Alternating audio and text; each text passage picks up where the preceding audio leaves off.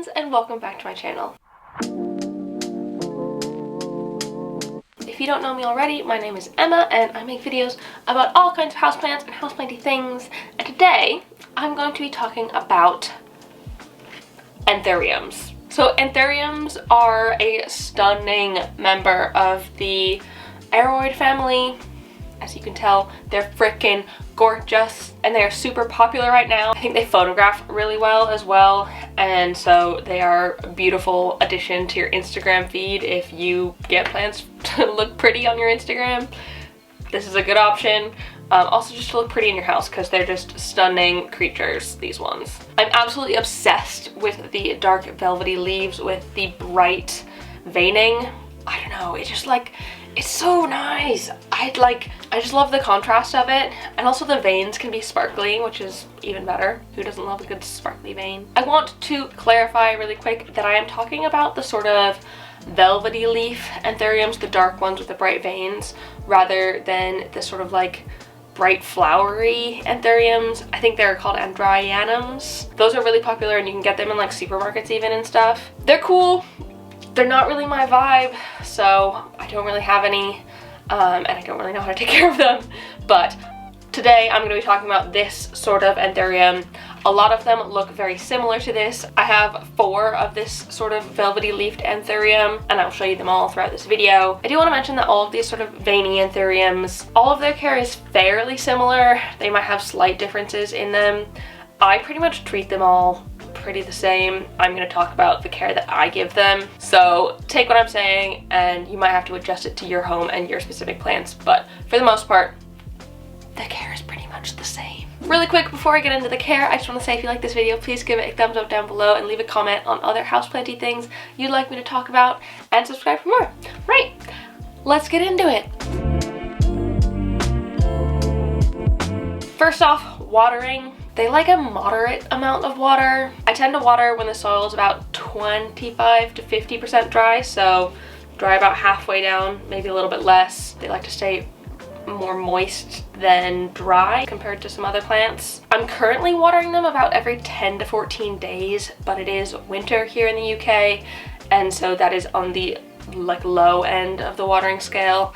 In the spring and summer, I will pick that up to probably like once a week, if not every 5 days or so. It really does depend on what sort of environment you're in, but really focus on soil dryness rather than like timing schedule. The easiest way to test for moisture is either using your finger and sticking it in the soil, or a moisture meter, which I swear by. They're the best things ever. Just stick that into the soil, and if it says it's dry about halfway down, give it some water. Easy as that. Overall, it's better to water like super thoroughly, really drench the soil, and give it a lot rather than doing little and often. They're not gonna like that, and that can very easily lead to overwatering, so avoid that.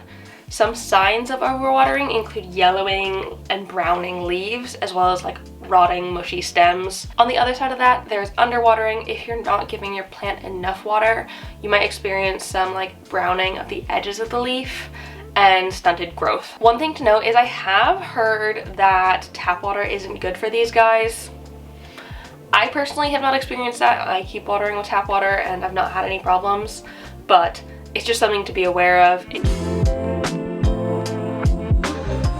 Anthuriums are a little bit sensitive to light. Their ideal is bright indirect, like most other aroids, but they can tolerate a little bit lower as well into like medium. You do want to avoid prolonged direct sunlight though. They really don't like that. That can cause your leaves to get like paler and yellow and overall just not look very nice, and you could lose leaves, so it's really not worth it. You don't want sunburnt growth.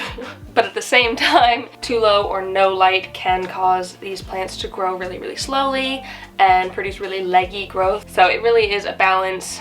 Try and get bright to medium indirect light and you'll be fine. Because I have many different types of anthurium, they live kind of scattered throughout my house. This one and my Forgetii both live in my IKEA cabinet, as well as my little baby Magnificum X Forgetii. They all live in the cabinet, which means that they're getting grow lights for like 7 hours a day, pretty much all year round, maybe a little bit more in winter when it's especially dark. The cabinet is also getting like bright indirect light for most of the day, so they will get quite a lot of light, which I think allows them to grow fairly well. This is my crystallinum, and it lives probably 4 meters from a southwest facing window, and as you can see, it's growing a new leaf right now. Super excited about that. The new leaves on these are absolutely stunning, and they grow like crazy. They just like start out quite small and then they just get huge.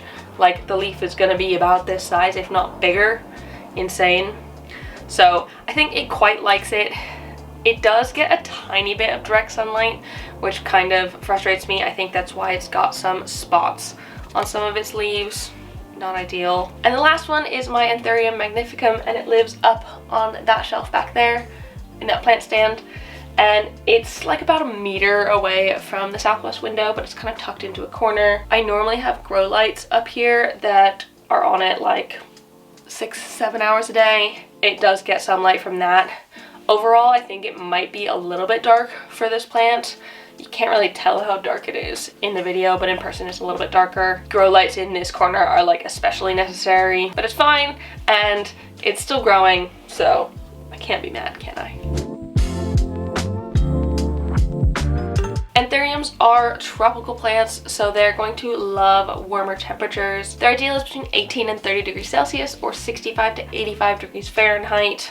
So pretty warm. They're not gonna like it if it's colder than that. Anything lower than like 13 Celsius or 55 Fahrenheit can actually damage your plant. So really do avoid letting it get super cold.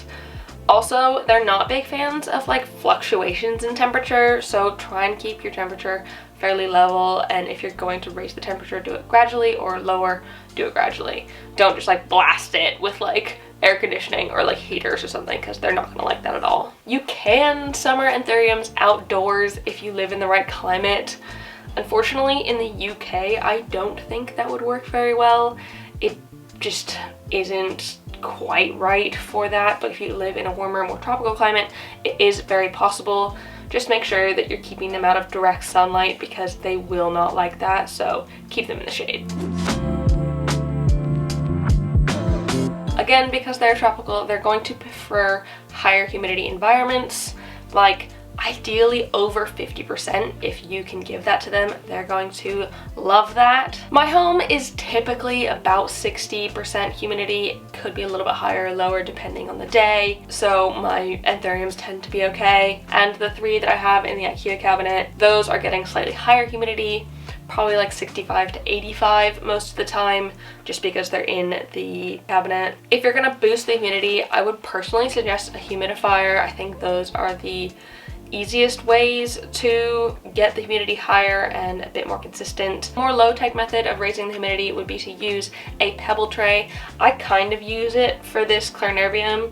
I've got a pot that has rocks in the bottom, and then this plant just sits on top of the rocks in there, and there's usually a very small layer of water just to go up just below the top of the rocks, so it's not sitting in water, but the water can evaporate with time and add more humidity to the environment, so that probably helps boost the humidity in the IKEA cabinet as well. Also, you can group plants together to like naturally increase humidity. Personally, I would avoid misting. Anthuriums don't like water sitting on their leaves, and it can cause like fungal issues as well, so just avoid misting if you can. It's like not the right solution for Anthuriums. The main sign of too low humidity is browning leaf tips, so pay attention to that, and if your leaf tips start to go brown, it might be worth boosting the humidity a little bit more.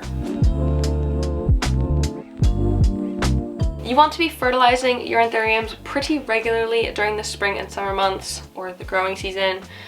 I'd say about every 4 to 6 weeks is ideal for them, and then lower that to like never in the autumn and winter, because they can go a bit dormant, and putting fertilizer in a dormant plant can cause like fertilizer burn and issues and stuff. I personally fertilize with liquid gold leaf, and I do so at half strength. Half strength is fairly important because too much fertilizer can actually be harmful for the plant. Well, draining the soil is vital for Anthuriums. They would ideally like something that's like really chunky and airy, because they like to have air around their roots. I highly suggest Soil Ninja's anthurium soil because it's specifically formulated for anthuriums and provides like a good amount of chunk and bark for the roots to stay pretty aerated. I'm currently using their soil on my Forgetii, and as you can see, it looks pretty freaking happy. I will probably use it as well when I eventually repot this one. That being said, those are my only 2 anthuriums in soil. My crystallinum is in pon or semi-hydro. My magnificum and my magnificum x Forgetii are both just living in sphagnum moss. So that's another possibility if you don't want to use soil. They tend to be pretty okay just living in sphagnum. Anthuriums are fairly slow growers, so you probably won't have to repot them more than every 2 or 3 years. I've had this one for 1.5, and I think it actually might be time. Like, it just feels really wobbly in the pot. You basically want to repot them when they've outgrown their pot. Makes sense. You can propagate anthuriums through 3 different methods: seeds, stem cuttings, and root division. Growing from seeds can take quite a while. Of course, you can buy seeds and grow them from nothing. I'm pretty sure this one was grown from seed. You can also pollinate your plants yourself, but that requires your plants going to inflorescence and you taking the pollen and pollinating them and like hoping that they produce like berries or their seeds. So it is quite a lot of work.